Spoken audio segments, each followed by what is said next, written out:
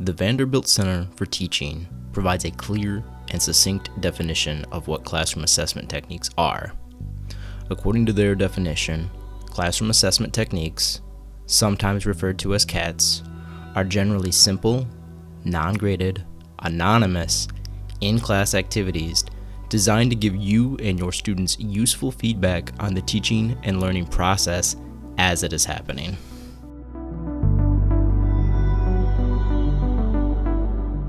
The Vanderbilt definition leans into the value of classroom assessment techniques in that they are useful for garnering feedback on the effectiveness of teaching related to a particular session or topic.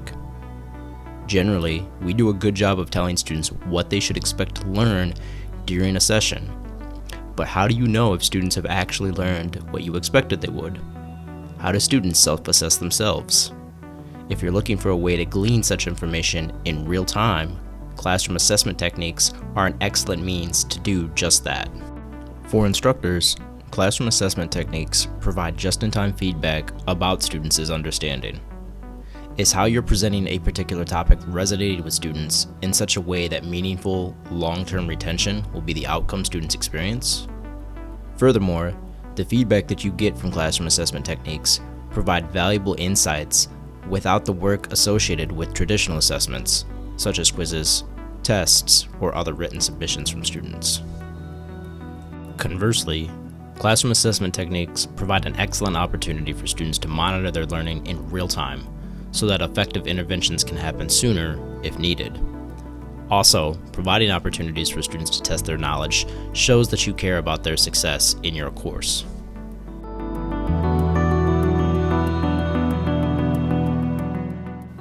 A simple and easy way to assess student learning in real time is polling.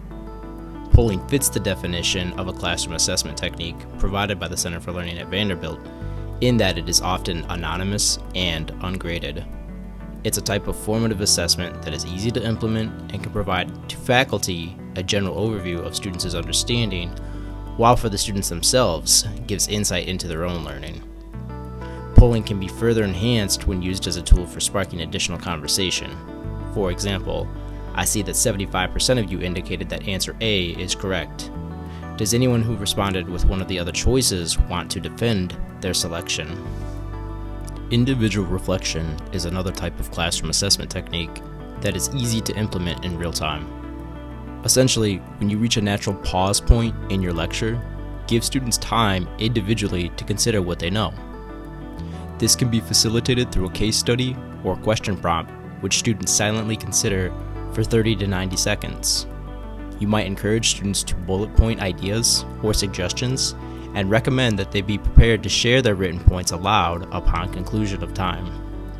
Again, such opportunities to reflect while learning is happening give students a chance to assess their understanding and can help to keep students engaged during a 50-minute or longer session.